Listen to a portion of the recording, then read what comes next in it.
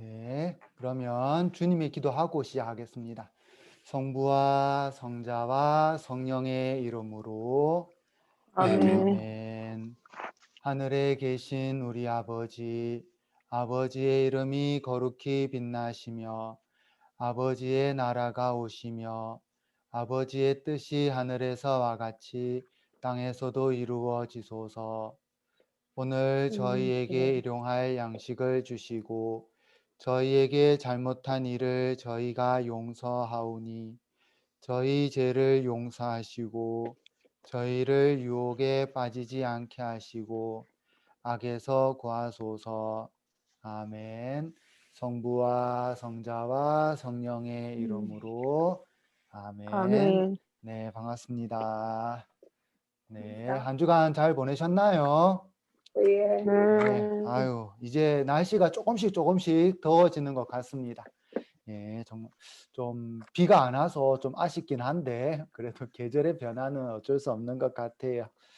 이제 지난 시간 복습을 먼저 하고 이번 교리도 나가도록 하겠습니다.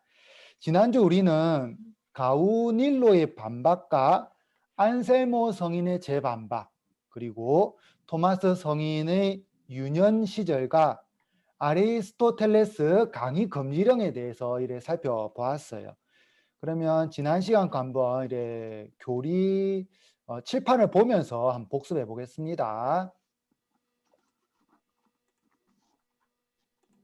네. 제가 우리 교우님들이 좀 더 쉽게 이해할 수 있도록 이렇게 쭉 이렇게 도식으로 한번 정리를 해 봤어요. 먼저 안셀모 성인의 신존재 증명. 신은 그것보다 더 큰 것이 생각될 수 없는 어떤 것, 예, 가장 위대한 그런 존재가 신이다, 이렇게 정의를 내렸죠, 안셀모 성인이. 그리고 이런 정의는 뭐 다른 사람들 다 이해를 할 수 있어요. 그래서 모든 사람의 정신 안에 존재한다. 그리고 신을 그것보다 더 큰 것이 생각될 수 없는 어떤 것인데 이것을 X라고 우선 하자라고 했어요.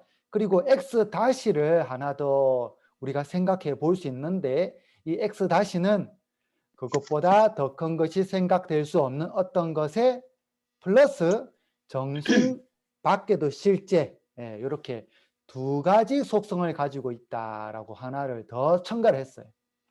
이렇게 되면 X-가 X보다 더 큰 것이 됩니다. 왜냐하면 X-는 정신 밖에도 실제한다는 다른 속성을 하나 더 가지고 있기 때문이죠. 그래서 X의 정의가 무너집니다. 그러면 X는 그것보다 더 큰 것이 생각될 수 없는 어떤 것인데 이 X의 정의가 무너지죠. 그러면서 올바른 결론이 도출이 돼요. 따라서 그것보다 더 큰 것이 생각될 수 없는 어떤 것은 정신 안에도 존재하면서 정신 밖에도 존재해야 돼요. 이건 뭐 우리가 몇 번씩 하다 보니까 이제는 거의 외우는 수준까지 되었죠. 이렇게 정리하면 돼요. 이렇게 정리를 딱 하고 나니까 이제 안셀모 성인의 제자 중에 가우닐로가 이렇게 반박을 합니다. 아니 스승님, 그것보다 더 큰 것이 생각될 수 없는 어떤 것이 꼭 신이어야 합니까? 신 말고 가장 완벽한 섬, 가장 아름다운 섬일 수도 있지 않습니까?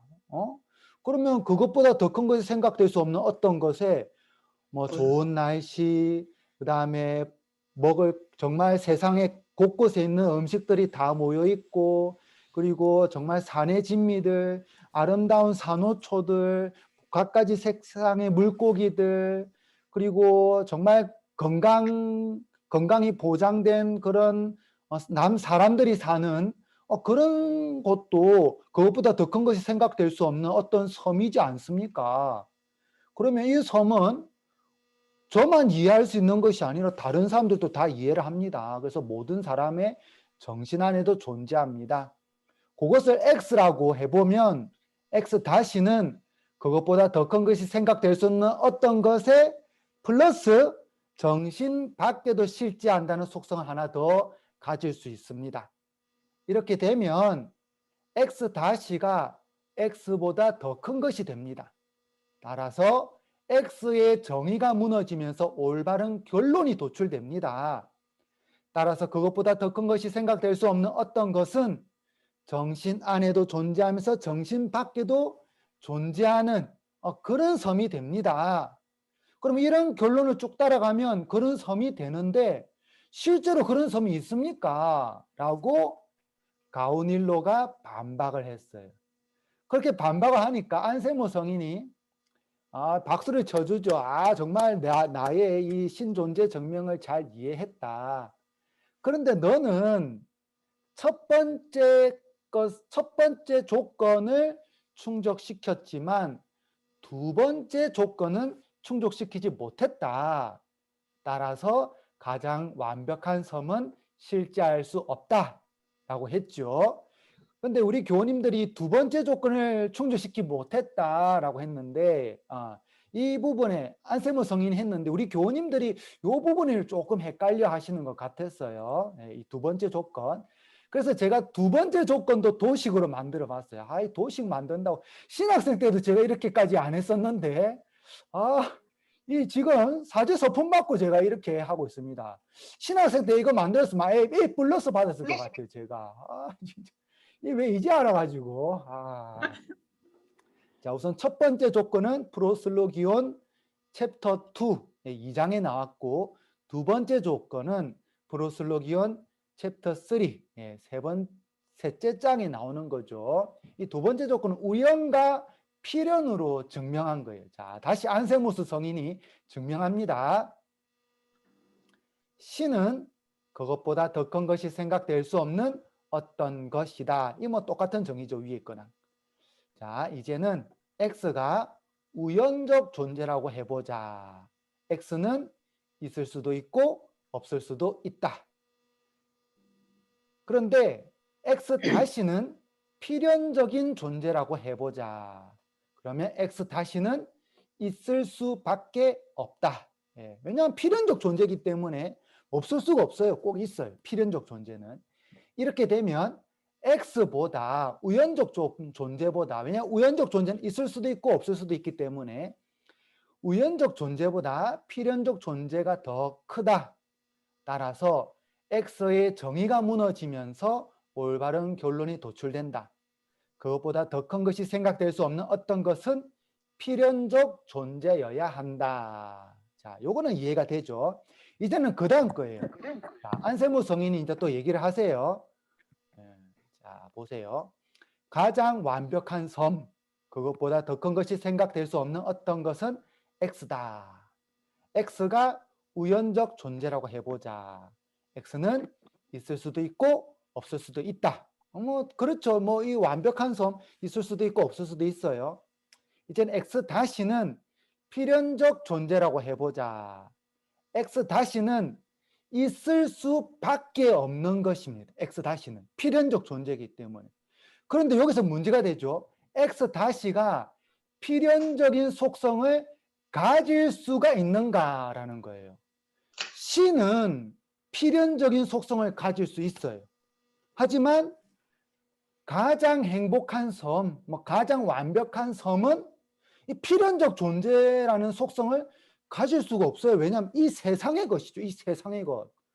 그래서 제가 한 3주 전 교리였던 것 같아요. 그때 논리학 문장의 주어의 특성에 대해서 다뤘어요. 이 부분을. 그래서 아마 제가 우리 교우님들한테 이런 노래를 우리가 어릴 때 불렀다라고 했죠.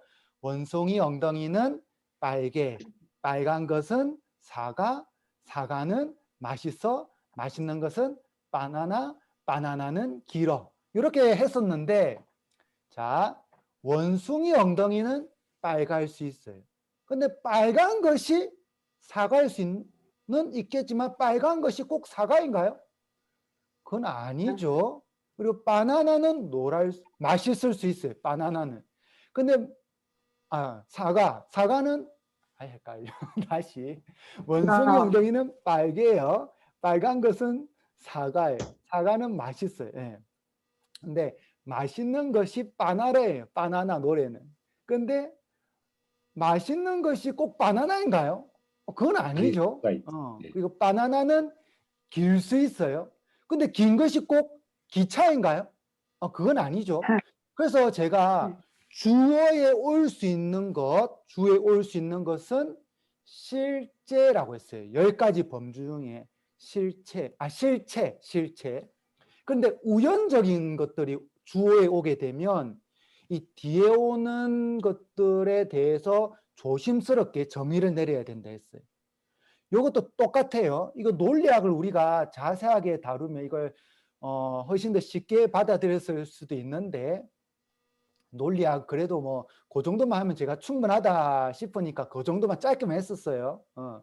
논리학대로 딱 보면 신은 속성을 필연을 가질 수 있지만 이 세상에 있는 것들, 섬들, 뭐 아니면 강자 행복한 섬, 아니면 나라는 존재, 신이 아닌 것들은 필연적인 속성을 가지기가 불가능하죠. 예. 왜냐하면 있을 수도 있고 없을 수도 있기 때문에. 예. 그래서 신은 필연이라는 속성을 가질 수 있지만 섬은 필연이라는 속성을 가질 수 없어요. 따라서 규류법의 논리적 전개가 안 돼요. 논리적 전개가 돼야 올바른 결론이 도출되는데 전개가 안 되기 때문에 안 된다라는 것이죠. 자, 지금 방금 제 설명 혹시나 이해가 안 간다. 예, 감사합니다. 아유, 제가 집중해서 자꾸 설명 안 하니까 땀이 자꾸 나요. 아유, 이게 만만치가 않습니다. 자, 뭔가 좀 이 머리로서만 계속해서 이렇게 계속 이어져 나가고 있죠. 그래서 뭐, 신부님, 그 논리학 필요합니까? 논리학 별 기억도 잘 안 나는데, 뭐, 이런 것도 있을 수 있겠지만, 그걸 하나 내가 머릿속에 간직하고 있으면 이 연결이 딱 돼요. 그래서 그 잘 이렇게 가져가시면 좋을 것 같아요. 그래서 지금 현재 우리가 하고 있는 신학적인 부분을 조직 신학이라고 표현하기도 합니다. 조직은 이 톱니바퀴처럼 탁탁탁탁 맞물려 돌아간다는 거죠. 조직적이다. 이렇게 톱니바퀴처럼 맞물려 돌아간다. 그래서 톱니가 하나가 탁 빠져버리면 이가 하나 빠졌기 때문에 탁탁탁 안 맞물려 돌아가요, 이게. 예. 그래서 좀 내가 어떤 부분은 이해 못하고 좀 크게 봐야 될 부분도 있겠지만 그 톱니바퀴 하나하나 다 이해를 하고 내 안에 담아둔다면 이게 어느 순간 이렇게 딱딱딱 맞물려 돌아가요. 그걸 느끼면 좋지 않겠나 싶어요. 그리고 제가 그걸 느낄 수 있도록 도와주는 것도 저의 역할인 것 같아요. 예. 자, 여기까지 다들 이해하셨죠? 예. 네, 감사합니다. 이해를 하셔야 돼요. 제가 더 설명하려면 힘들어요. 저도 땀도 자꾸 나. 아유, 힘들어요. 저도 신학생 때 이렇게 했으면 A 플러스 받았을 것 같아요. 진짜. 신학생 때 이렇게 못해가지고 겨우겨우 외워서 시험 쳤던 것 같아요. 네, 그 다음 거. 자, 이제 안세무 성인이 말씀. 이것도 유명한 말씀인데, 만일 변증론자처럼 신앙을 전혀 인정하지 않고, 인정. 오타네요. 인정하지 않고 자신의 이성만으로 모든 것을 심지어는 진리까지도 찾아낼 수 있다고 말하는 자들은 오만한 자들이다. 하지만 하느님께서 이성을 주셨음에도 불구하고 믿음만을 강조하며 이성을 사용하지 않는 자들은 태만한 자들이다 라고 하셨어요. 네. 그래서 보면 우리 학생들 특히 이제 머리가 조금씩 커가는 중고등학생들하고 대화를 하다 보면 우리 자녀들하고 대화를 하다 보면 아마 부모님들 입장에서 특히 그걸 많이 느끼지 않겠나 싶어요. 그래서 자녀들이 엄마 이거는 왜 이래요? 아빠 이 성경 말씀은 왜 이래요? 저도 어릴 때 저희 어머니 아버지한테 질문을 했던 것 중에 하나가 성경을 읽는데 하느님께서 아담과 이브는 창조하셨어요. 내가 그걸 성경에서 보면 봤어요. 그런데 나중에 보면 엉뚱하게 다른 민족들이 갑자기 막 나오는 거예요. 이거 하느님 창조했단 말도 없는데 이거 왜 나와요? 엄마 아빠한테 물었어요. 어머니 아버지 말씀. 그 신부님한테 한번 가서 본당 신부님한테 한번 가서 물어봐봐. 그렇게 말씀하셨던 기억이 나요. 그러면 제가 또 본당 신부님한테 물어보기 좀 그러니까 그냥 뭐 그런는갑다 하고 또 그냥 지나가 버리죠. 예. 그거는 좀 그것도 뭐 괜찮은 방법일 수도 있겠지만 그래도 우리가 하느님께서 나에게 주신 이성을 최대한 사용해서 자녀들에게 어떻게 하면 설득시켜 줄 수 있을까, 이해시켜 줄 수 있을까, 이렇게 노력하는 것도 중요하지 않을까 싶습니다. 예. 그래야 안세모 성인의 말씀대로라면 태만한 자들이 되지 않을 수 있을 것 같아요. 예, 예. 그리고 우리가 여기 봤고, 그다음 토마스 아퀴나스 성인의 생애. 예, 토마스 아퀴나스 성인은 1224년에서 1225년 요 겨울이라고 했죠. 이렇게 몇 월인지는 정확하게 아는 거예요. 예, 근데 요 겨울에쯤에 태어나셨다라는 거죠. 그리고 아키노의 백작 란둘프와 테오도라 어머니 테오도라 사이에서 태어났어요. 그리고 5살 때 몬테카시노라는 베네딕토 수도원에 보내졌어요. 제가 여기 요 부분을 요 어딘가 싶어서 찾아봤어요. 제가 여기를 몬테카시노라는 수도는 제가 가봤는데 이 아키노는 어딘가 찾아봤어요. 찾아보니까 바로 옆 동네에 공유를 해드릴게요. 네, 여기 로마가 있고 나폴리가 있죠. 요 학대를 하면 중간 지역 여기를 학대를 하면 자 여기 카시노라고 있어요. 카시노 여기가 몬테는 산이란 뜻이에요. 산. 예. 카시노의 산이고 여기가 아키노예요. 아키노. 제가 동기 신부들하고 몬테 카시노는 알아가지고 여기 수도원에도 가고 여기서 기도도 하고 뭐 그렇게 했는데 아키노를 몰랐어요. 아키노를. 그래갖고 차를 타고 이렇게 가가지고 여기만 보고 그냥 밑으로 내려가 버렸어요. 근데 이번에 제가 이렇게 교리를 하면서 아키노가 어딜까 찾아보니까 바로 옆 동네. 예.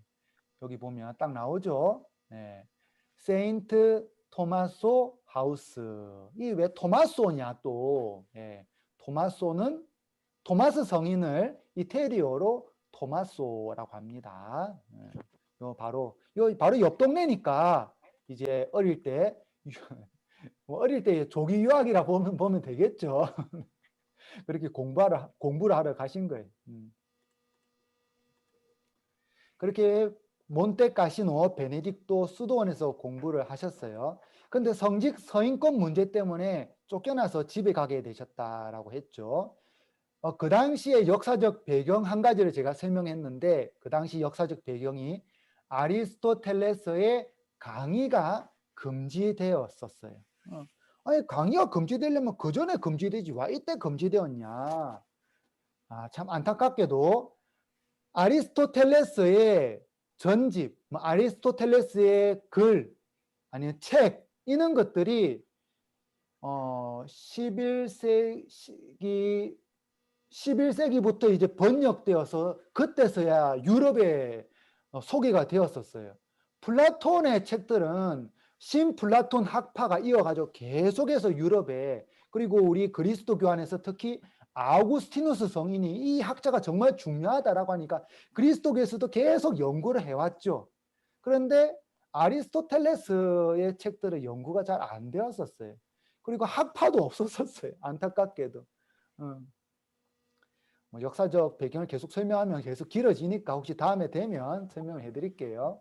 그렇게 거의 없어지다시피 하다가 어디서 이 아리스토텔레스의 책들이 발견되기 시작했냐라고 하면 아랍 사람들에 의해서 이렇게 전해졌었어요. 아랍 사람들. 아랍 사람들이 한때 유럽의 남부 지역을 점령한 적이 있었죠. 그때 이 사람들의 학자들도 그 지역에 살면서 아리스토텔레스의 책을 가지고 왔었어요. 그러다가 유럽 남부 지역을 다시 차지하면서 아리스토텔레스의 책들을 많이 발견하게 된 거죠. 그러다 보니까 이때 아리스토텔레스의 책들이 유럽 지역에 전해지게 되었고 그 당시 번역이 되면서 아리스토텔레스에 대한 연구가 활발하게 붐이 일어나다시피 된 거예요. 그러다 보니까 그동안 그리스도교에서는 플라톤 사상만 계속 연구를 해왔었는데 아리스토텔레스의 사상 연구하다 보니까 이 문화적 충격이 큰 거예요. 이런 게 대체 있었단 말이야. 너무나도 이렇게 큰 충격으로 다가왔고 그것 때문에 금지를 했었어요. 크게 세 가지 이유 때문이라고 했죠. 첫 번째가 아리스토텔레스가 주장한 세계와 운동의 영원성이라고 했어요. 자, 제가 지난번에도 설명했지만 아리스토텔레스는 총 10가지 범주로 온 세상에 있는 모든 피조물들을 이 10가지 범주로 깔끔하게 정리를 했어요. 10가지 범주 안에 안 들어가는 게 없어요. 그리고 이 10가지 범주가 또 두 가지로 또 나눌 수 있다고 했죠.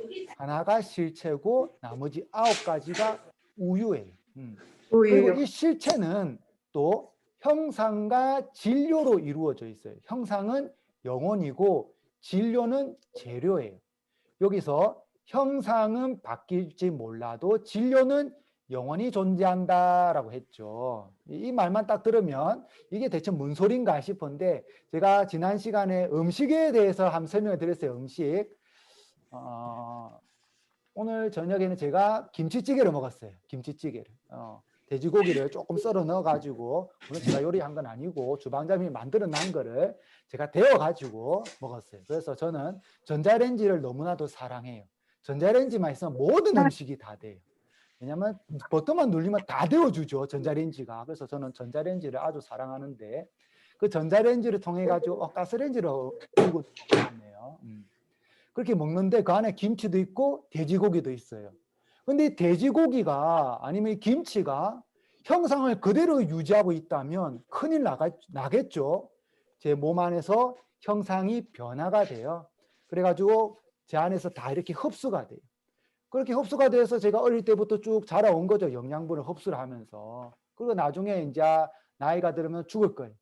제가 죽고 나면 이제 이게 다 썩어가지고 다시 흙으로 돌아가요. 영양분으로. 그러면 그걸 다시 식물들이 흡수를 하고 그 식물들 중에서 또 돼지가 먹을 수도 있고 또 한 100년 뒤에 또 다른 누군가가 김치찌개를 먹어요. 김치찌개를 먹는데 제 몸의 일부를 먹는 거죠. 김치찌개를 먹는 거지만. 예. 그렇게 돌고 돌아요. 예. 그래서 아리스토텔레스는 봐라. 이 형상은 바뀔 수가 있어요. 저라는 형상이 있었다가 또 100년 뒤에 또 다른 형상이 있었고 저도 또 제 앞에 100년 전에 다른 누군가의 형상이 있었을 거예요. 그런데 그 사람의 재료를 제가 또 먹고 있고 또 나중에 100년 뒤에는 저의 재료를 또 누군가 먹고 있을 거란 말이에요. 그래서 형상은 바뀔지 몰라도 진료는 영원하구나 라고 아리스토텔레스는 주장했어요. 이 주장만 가만히 보면 내가 공부를 그래도 좀 철학적으로 관심을 있고 지금 무신론적인 것이 이 현대 사회에 많이 퍼져 있구나라고 해서 이 부분에 관심을 좀 가진 분들이라면 이것이 유물론과 연관이 되어 있다라는 것도 좀 캐치를 할 거예요. 유물론. 유물론은 온 세상이 물질로만 이루어져 있다라는 것이죠. 물질. 그래서 우리의 정신도 어떤 정기적 자극 아니면 우리 머릿속에 있는 호르몬의 작용으로 인해서 생각을 하는 것이고 이 생각들이 마치 영혼이 있는 것처럼 하는 것이고 그래서 결국 영혼은 없고 다 죽고 나면 물질로 돌아간다 라고 하는 것이 유물론자, 칼 막스라든지 이런 사람들이 유물론자들이죠. 이렇게 되면 그리스도교의 창조 종말론과 충돌이 일어납니다. 이것이 영원한데 하느님의 창조나 그 세상 종말이나 있을 수 없는 거죠. 이게 첫 번째 이유였고 두 번째가 지성단일성입니다. 지성단일성. 사람의 영혼과 육체는 분리되어 존재할 수 없다. 왜냐하면 사람은 실체인데 실체는 형상과 진료로 이루어져 있기 때문에 이게 분리는 안 되는 거예요. 그런데 지성은 이 외부로부터 온 것 같다라고 아리스토텔레스는 주장을 했었어요. 그리고 죽고 나면 이 영혼이라는 것이 어찌 되는지는 모르겠다라면서 애매한 입장을 취했죠. 이것을 12세기쯤 아랍 철학자들이 이렇게 정리를 했어요. 한 인간이 죽게 되면 그 지성은 단일한 우주적 지성으로 되돌아간다. 그래서 영화 아바타를 보면 금방 알 수 있다라고 했죠. 그리고 인간이 단일한 지성을 가지는데도 불구하고 서로 다른 생각, 각각 다 다른 생각하죠. 하는 이유는 각자의 감각 경험이 다르기 때문이다. 이렇게 아랍 철학자들이 정리를 했어요. 이렇게 되면 또 뭐가 문제냐? 보상이나 처벌을 받을 개별적인 인간이 남아있지 않게 돼요. 왜냐하면 영혼도 어디 갔는지 모르겠고 그 지성이라는 것도 우주적 지성으로 되돌아가 버리면 처벌을 받을 대상이 없는 거예요. 그래서 구원, 심판, 지옥, 천국, 연옥 등의 교리와 충돌이 일어납니다. 세 번째가 자연 법칙이죠. 자연 법칙. 자연 법칙이 아리스토텔레스는 이걸 뭐 어겨서는 안 된다. 이 자연 법칙 분명히 법칙들이 있다라고 아리스토텔레스는 주장을 했어요. 그래서 기적, 동정인태, 부활, 승천, 자연 법칙을 넘어서는 신앙 교리와 충돌됩니다. 이게 다 문제다라고 했죠. 자, 이제 계속 교리를 이어나가도록 하겠습니다. 이러한 이유들로 인해서 1210년 파리 종교회의와 그리고 1215년에 파리 대학 학칙에서 아리스토텔레스에 대한 강의 금지령을 내립니다. 자, 적어 드릴게요. 1210년 파리 종교회의 그리고 1215년 파리 대학 학칙 이 두 군데에서 아리스토텔레스에 대한 강의 금지령을 내요. 이걸 강의 금지령을 내렸으니까 이제 온 교회에 다 퍼져나간 거죠. 아, 이게 다 위험하구나, 아리스토텔레스는. 근데 사람의 마음이라는 게 어때요? 이 금지 딱 내겨나면 꼭 가고 싶죠. 예. 뭐 대표적으로 우리가 코로나 때 마스크 쓰세요. 마스크 벗으면 안 됩니다. 이렇게 금지했는데도 불구하고 꼭 마스크 벗으면서 말 안 듣는 사람 꼭 생깁니다. 예. 버스에서도 마스크 써야 버스를 탈 수 있습니다 해도 꼭 마스크 벗고 버스 타면서만 낭동 부리는 사람 꼭 있어요. 이 사람이라는 게 참 청개구리와 같은 그런 성질들을 갖고 있는 것 같아요. 그러다 보니까 이 아리스토텔레스에 대한 강의 금지령을 내려놓으니까 사람들이 더 연구를 하는 거예요. 이 왜 금지를 시켜놨지? 뭐 이런저런 이유들은 알겠는데 뭐 저런 이유들 때문에 꼭 금지까지 해야 되냐 하면서 막 더 연구를 하는 거예요. 그리고 연구를 하다 보니까 일부 학자들 중에서는 아리스토텔레스가 가지고 있는 장점들을 우리 가톨릭 교회가 잘 활용하면 더 좋을 것 같은데 라는 생각을 가진 학자들이 하나씩 생기기 시작하는 거예요. 그러면서 그 학자들이 뭐 주교님이라든지 아니면 교황님이라든지 이런 분들한테 편지를 적겠죠. 금지만 시킬 것이 아니라 좀 더 활용했으면 좋겠습니다 하면서 이제 건의라는 거예요. 그러다 보니까 1231년에 또 이런 것이 생겨요. 1231년. 1231년. 네. 그 15년 만이네요. 15년 만에 신학위원회에서 아리스토텔레스 저서의 위험한 부분을 수정 또는 제거할 때까지 요 조건을 달아놔요. 자꾸 푸시를 하니까 학자들이 연구를 해야지 왜 덮어만 놓고 그렇게 있습니까? 뭐 학생들도 뭐 비판적 능력이 부족할 수는 있겠지만 그걸 가르쳐야만이 학생들도 그 비판적 능력을 가지고 아리스토텔레스에서는 이런 부분이 우리 신앙과 좀 다른구나 이런 걸 받아들일 수 있지 않겠냐고 계속 푸시를 하니까 이제 이런 게 생겨요. 그리고 결국은 나중에 1255년 네, 파리 대학 학칙이 수정됩니다. 수정되면서 이제 전면 개방이 돼요. 거의 뭐 50년도 안 됐죠. 45년 만에 아리스토텔레스 강의 금지령이 해제가 됩니다. 이제 다시 토마스 아퀴나스로 돌아가 보죠. 네. 토마스 아퀴나스는 요 45년 기간 사이에 나폴리 대학으로 갔어요. 그런데 한 가지 참 의문이 드는 게 있죠. 자, 지도를 보면서 한번 볼게요. 지도. 자, 토마스 아퀴나스 성인은 몬테카시노에 있는 베네딕토 수도원, 네, 몬테카시노. 자, 그래, 가는 길이 요거 하나예요. 요거 하나, 요 꼬불꼬불꼬불꼬불. 요 뒤에는 요 또 다른 외길, 예. 전쟁 기념관 뭐 이런 거예요. 자동차는 일로 올라갔다 일로 내려와요. 요 몬테카시노 산에 이 수도자로서 입회까지는 안 했지만 그래도 수도자들과 함께 교육을 받았어요. 그렇다면 뭐 이왕이면 로마 교황 청립학교, 로마 교황과 직접적으로 연관이 된 학교에 가면 더 좋았을 건데 왜 나폴리 대학으로 갔나?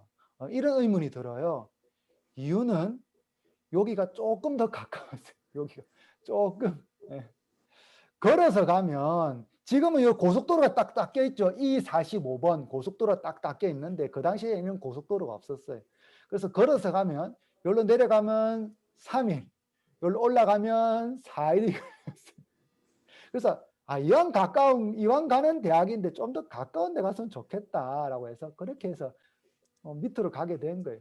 근데 그렇게 내려가면서 아리스토텔레스라는 정말 큰 학자를 만날 수 있었던 것이죠. 그래서 토마스 아퀴나스에게는 어쩌면 그게 또 하느님의 역사하심, 하느님의 이끄심이지 않았나 싶어요. 그러면서 토마스 아퀴나스는 정말 아무런 방해 없이 아리스토텔레스에 대한 연구를 하게 됩니다. 그리고 거기서 이제 공부를 하다가 도미니코 수사님들이 그 인근의 도미니코 수도에 가나 있었어요. 도미니코 수도에 미사는 계속 드려야겠죠. 아무리 황제가 세운 학교에 다닌다라고 하지만 뭐 그래도 미사를 드려야 되니까 미사를 갔는데 거기에 도미니코 수도에서 세운 성당이라 해야 되나요? 그 수도에 가나 있었어요. 그곳에서 수사님들이 성경을 해석하는데 그 성경이 너무나 좋았던 거예요. 그래서 토마스 아퀴나스가 도미니코회에 입회를 합니다. 도미니코 수사님이 되는 거죠. 도미니코 수사님.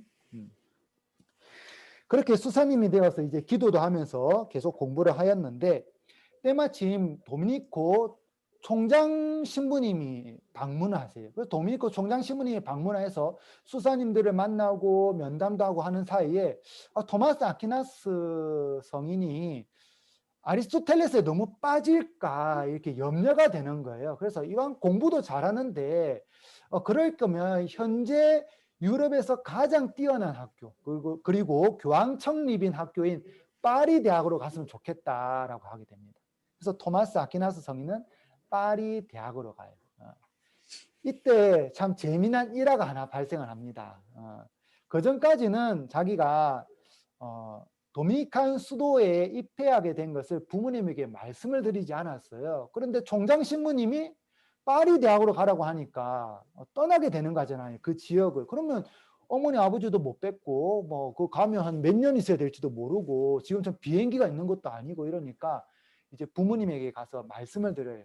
어머니 제가 도미니코 수도에 입회를 해서 수사 신부로서 이제 살고 싶습니다. 이제 파리로 가게 되었는데 작별 인사를 하려고 합니다. 하니까 집안이 난리가 난 거예요. 왜 난리가 났냐 하면 베네딕토 수도에는 탁발 수도회가 아니었어요. 탁발 수도회. 베네딕토 수도에는 뭐라 해야 되나요? 정주 수도예요. 정주. 그 딱 머물면서 기도하고 그 다음에 수도 생활하고 일하고 그렇게 생활했어요. 그런데 도미니코하고 프란치스코에는 탁발 수도예요.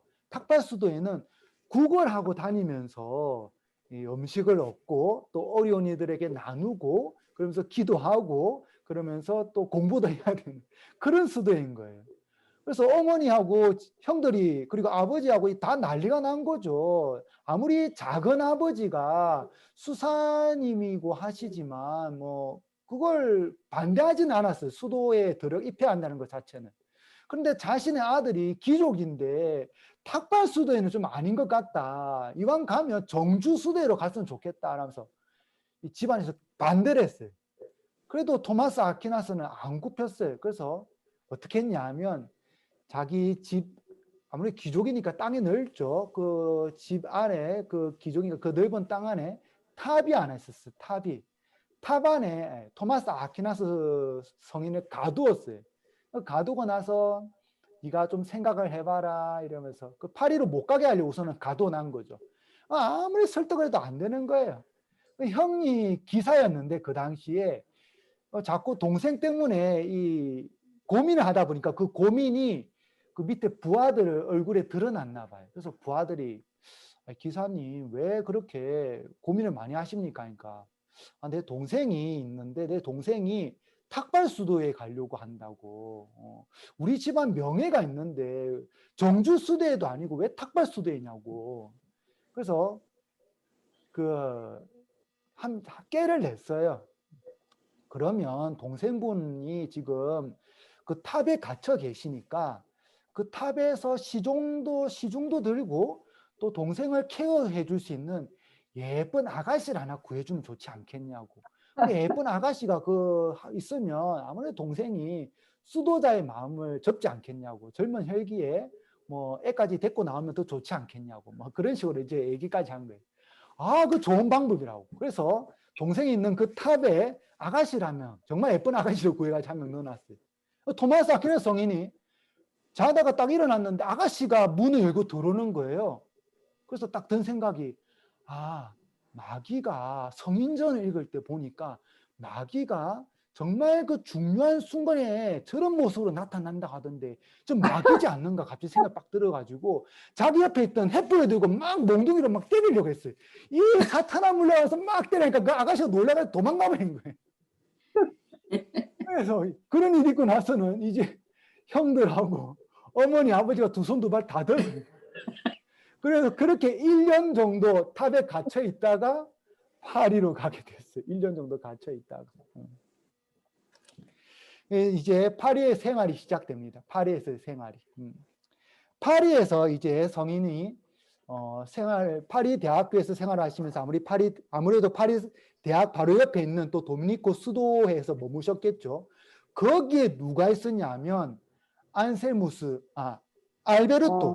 알베르토 성인이 되어 계십니다.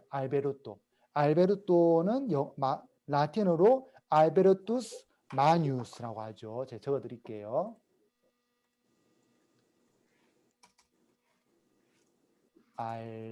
알베르투스 마니우스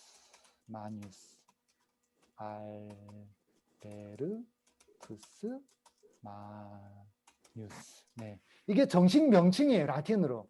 근데 우리는 대알베르토라고 합니다. 알베르토 성인은 그 당시 아리스토텔레스에 대해서 최고의 권위자였어요. 최고의 권위자. 중세에서 가장 박식한 사람을 뽑아라면 알베르투스 성인이에요. 그래서 마뉴스라는 단어가 붙었죠. 마뉴스. 네. 자, 제가 한 가지 또 이렇게 공유를 해드릴게요. 네. 현재 우리 가톨릭 굿뉴스 성인에 들어가서 더 그릿, 위대한, 큰, 대 이렇게 보면 되죠. 이렇게 치면 요 이렇게 들어가는 성인들이 계세요. 이분들은 우리 가톨릭 교회가 정말 위대한 성인이다라고 공식적으로 인정하는 성인이에요. 각 수도에 아니면 각 지역, 우리 한국 같은 경우는 김대건 성인이 정말 위대한 성인으로 볼 수 있겠죠. 하지만 세계 가톨릭 교회에서 대가 붙은 사람은 1번에서 8번, 8번까지 8분이 계세요. 공식적으로 붙은 거예요. 나머지 성인들은 위대하시긴 위대하시지만 대는 안 붙었어요. 보면 대 그레고리오, 대 나르세스, 대 레오, 대 바실리오, 여기 대알베르토예요. 알베르토 성인. 다른 성인들은 성인품에 오를 때 아니면 죽고 나서 대자가 이래 붙었는데 알베르토 성인은 살아생전에 붙었어요. 살아생전에. 얼마나 박식했고 위대했는지 알 수 있죠. 예.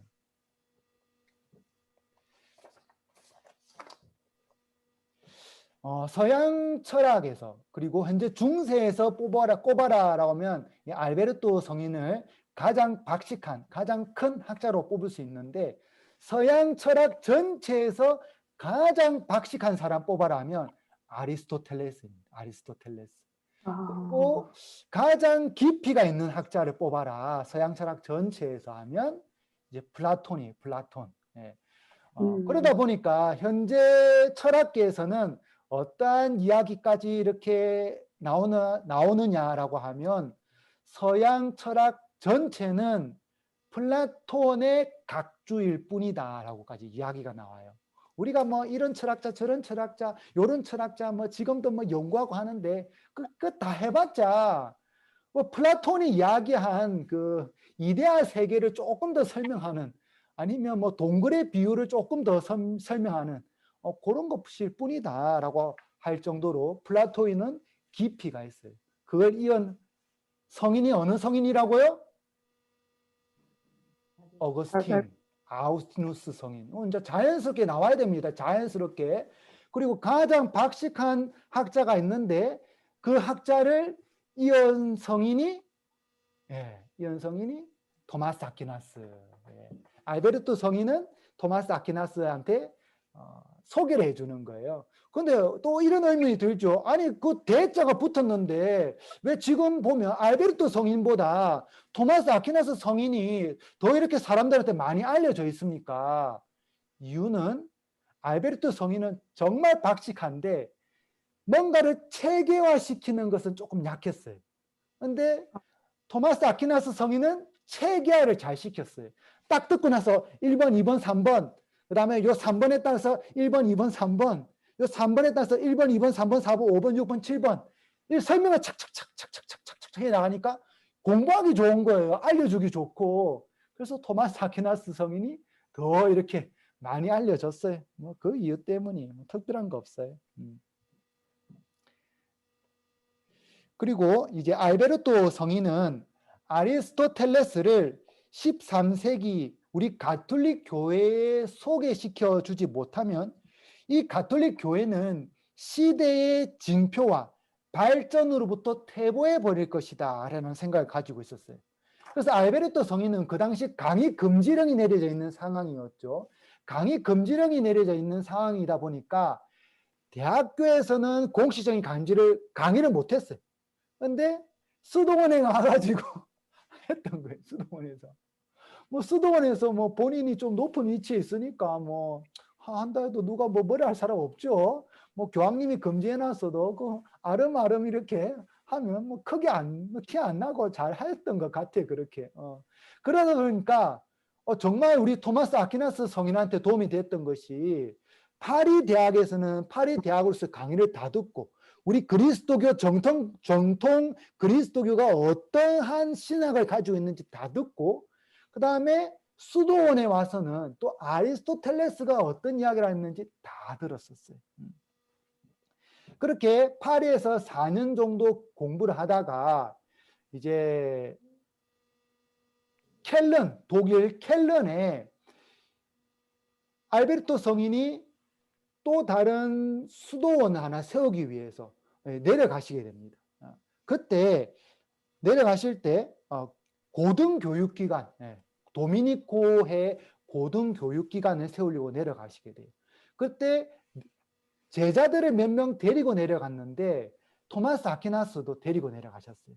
그래서 파리에서 4년, 켈른에서 4년 알베르토 성인 밑에서 오롯하게 다 배울 수 있었죠. 그 당시 아리스토텔레스 최고 권위자 밑에서 배울 수 있었던 거예요. 그렇게 배우는데 또 재미난 일화 두 가지를 오늘 요 일화 두 가지를 소개하면서 마치면 딱 되겠네요. 어떤 일이 있었냐. 그 당시에는 종이가 귀했어요. 종이가 귀해가지고 지금 우리는 막 적고 뭐 종이 또 인쇄도 하고 이렇게 했는데 그 당시에는 종이가 귀하다 보니까 그게 잘 안 됐었어요. 그래서 이 양피지를 사용했는데 뭐 양이라든지 아니면 소라든지 동물 가죽 있죠. 동물 가죽을 쫙 펴가지고 이 네모나게 만들 수 있으면 좋겠지만 뭐 머리 있고 다리 있고 뭐 하다 보니까 네모나게 안 되죠. 그래서 최대한 펴가지고 네모나게 우선 잘라요. 자르고 나면 요 짜투리가 있어요. 짜투리, 요 짜투리. 네. 이 짜투리를 싸게 팔았어요. 그러면 학생들은 그걸 싸게 사가지고 공부를 했었던 거예요. 막 이렇게. 그 당시 토마스 아퀴나스도 뭐 귀족이지만 이게 너무 비싸다 보니까 이게 안 되는 거예요. 그래서 짜투리를 사가지고 아주 깨알같이 적는 깨알같이. 알베르토 본인이 저런 말씀하시면 막 적고, 그건 뭐 다른 학생도 다 적겠죠. 그렇게 공부를 하다가 어느 날 토마스 아퀴나스 성인이 요 양피지 일부를 도서관에 떨어뜨려 버린 거예요. 그리고 좀 칠칠맞게 떨어뜨리고 나서 방에 가버렸어요. 찾으러 가야 되는데 비싼 거를. 근데 그 떨어뜨린 종이를 그 대학교 선배가 그 수도원 안에서 선배가 그걸 발견한 거예요. 딱 읽어보니까 이 내용이 자기들이 한 번도 배워보지 못한 내용들이 적혀 있는 거예요. 그래서 이거는 분명히 알베르토 우리 스승님께서 이렇게 적어 놓으신 건 같다 싶어서 알베르토 성인한테 갖다 줬어요. 알베르토 성인한테 딱 갖다 줬더만 딱 보더만 이거는 내가 다음 학기가 아니고 그 다음 학기쯤에 내가 연구를 해서 학생들한테 가르쳐야 될 내용인데 이게 대체 누가 이거 이렇게 적은 거예요? 이렇게 딱 싶은 거예요. 그런데 누가 적었는지 대충 알겠는 거예요. 왜냐하면 글씨가 너무 못생겼어요. 글씨가 적어도 발로 적어도 이것보다 내가 잘 적어 자신 있을 정도로 못 적은 거예요. 그래서 이거는 토마스 아퀴나스구나 하면서 토마스 아퀴나스 전해줬어요. 이게 첫 번째 일하고 그다음 두 번째 토마스 아퀴나스 성인의 또 아주 우수한 것을 우리가 또 알 수 있는데 정규 토론회라고 있었어요. 중세에는 정규 토론회. 이 정규 토론회가 되면 발표자가 한 명 정해지고 이 발표자가 연구를 해요. 연구를 하면 그 연구를 이제 나중에 발표 정규 토론회 당일에 이제 하겠죠. 한 가지 주제에 대해서. 이 주제에 대해서 이제 발표를 하면 아침 9시에 시작해서 오후 한 4시까지 하루 종일 밥 먹고 토론만 합니다. 이때 발표자는 그 토론에서 누군가 질문하면 그 질문에 대한 모든 것을 대답을 다 해야 되는 거예요. 그러면 그 발표자로 걸린 학생들은 정말 힘들겠죠. 그냥 힘든 것이 아니라 저도 신학생 때 제가 석사 논문을 적었어요. 석사 논문을 적고 이제 발표를 했는데 그리스도 우리 참 그것도 저도 재밌는 주제를 했었어요. 예수님이 육화를 하셨잖아요. 육화. 남자가 되어오셨잖아요. 남자. 육화를 했는데 육을 취해왔는데 남자였다 여자였다 할 수 없잖아요. 하느님은 성을 초월해 계시지만 남자가 딱 돼버리니까 이 여자는 어찌 되는 거예요. 여자는. 그래서 구약에서부터 하느님의 모성적인 측면, 남성적인 측면 이거 쭉 연구를 다 정리를 하고 이제 신약에 와가지고 예수님의 육화에 대해서 이야기를 하면서 모성적인 측면은 어떻게 되느냐 하고 결론까지 하고 그리고 결론까지 적은 다음에 이제 발표를 하는 거예요. 발표하면 저만 하느냐 이제 신학생들 다 앉아있죠. 신학생 다 앉아있고 그 관심 있는 교수님들도 와서 듣고 그 다음에 질문도 하고 발표만 하는데도 땀이 삐질삐질 나고 또 교수 신부님들 중에는 또 관심 있어 미리 저한테 얘기를 해주면 좋을 건데 꼭 그날 와서 질문하는 교수님들이 계세요. 그날 와가지고 그날 와서 질문을 하면 제가 압니까? 그 주제에 대해서. 제가 몇 년 동안 연구를 해도 교수님이 아는 지식이랑 제가 아는 지식이랑 다르잖아요. 그러니까 정말 뭐 나중에는 막 땀이 막 흐르는데 손수건이 다 젖고 나중에 세수하니까 이게 내가 소금물에 세수하는 느낌이었어요. 너무 땀을 많이 흘려요. 정말 힘들었어요. 1시간 했어요. 근데 그게. 그런데 중세 때는 1시간이 아니에요. 그 8시간은 8시간. 얼방 죽는 거예요. 근데 토마스 아퀴나스 성인은 8시간 발표를 하는데도 교수님들이 질문하면 질문까지 다 해주고 그 답변까지 다 해줬어요. 그리고 더 나아가서 교수님 그 질문에 대해서는 제가 이런 생각까지 해봤고 그리고 그 생각에 대해서는 이런 부분에 약점과 이런 부분에 장점이 있는 것 같고 하면서 쭉 설명 계속 오히려 토마스 아퀴나스 성인이 설명을 더 잘해주는 거예요. 그래서 알베르토 성인이 딱 금지를 했어요. 스탑했어요. 스탑. 아직 발표가 끝나려면 몇 시간이 남았는데 스탑하니까 이 분위기가 갑자기 싸해졌죠. 그리고 토마스 아퀴나스 성인을 잠시 밖으로 내보낸 다음에 이제 학생들한테 뭐라는 거예요. 너희는 선배들이 대놓고서는 제대로 질문도 못하고 다른 교수님들은 저런 질문 하는데 너희는 선배된 너희들은 지금 뭐하냐 하면서 막 혼냈어요. 혼내고 토마스 아퀴나스를 따로 불러가지고 이제 혹시나 교만해질지 모르잖아요. 자기가 더 잘나가지고. 그래서 교만해질지 모르니까 너는 너의 역할만 해야지 왜 교수가 해야 되는 부분까지 네가 자꾸 넘어가냐. 너 안 된다 그렇게 하면. 그렇게까지 이제 교만해지지 않도록 이제 다독여 주는 거죠. 예, 더 성장할 수 있도록. 그런 일이 있었어요. 이미 토마스 아퀴나스 성인은 파리에서 4년, 켈렌에서 4년 공부를 하는 동안에 거의 그 당시에 있던 학자들은 다 뛰어넘을 정도로 준비가 다 되어 있었던 거죠. 그 정도 준비가 되어 있다 보니까 부모님 자꾸 끊깁니다. 얼마 가지 않아서 그에 대한 결실이 생깁니다. 그 결실이 뭐냐? 바로 파리에서 대학 교수 자리 하나가 비게 된 거예요. 그래서 한 명을 구해야 되는데 추천할 수 있는 사람을 알베르토 성인이 좀 추천해 줬으면 좋겠다라고 편지가 왔어요. 당연히 알베르토 성인은 토마스 아퀴나스 성인을 추천해 줬어요. 거기서부터 이제 토마스 아퀴나스 성인이 책을 적고 하느님에 대해서 이야기를 하고 하십니다. 이제 본 게임이 시작이죠. 본 게임은 우리가 다음 시간에 이래 하도록 하겠습니다. 예. 다음 시간에 하는데 조금만 더 설명하고 아마 다음 시간에 해야 될 것 같아요. 예. 자, 오늘 여기까지 하는데 혹시 궁금한 거나 질문사항 있습니까? 궁금한 거나 질문사항. 네. 없는 것 같습니다. 네, 그러면 혹시나 또 생각해 보시고 궁금한 거 있으시면 카톡 남겨주세요. 네, 그러면 강복으로 마치도록 하겠습니다. 성부와 성자와 성령의 이름으로 아멘. 주님께서 여러분과 함께 전능하신 천주 성부와 성자와 성령께서는 여기 있는 모든 이에게 강복하소서. 아멘. 성부와 성자와 성령의 이름으로 아멘. 수고하셨습니다. 감사합니다. 감사합니다. 네, 다음 주에 뵙겠습니다.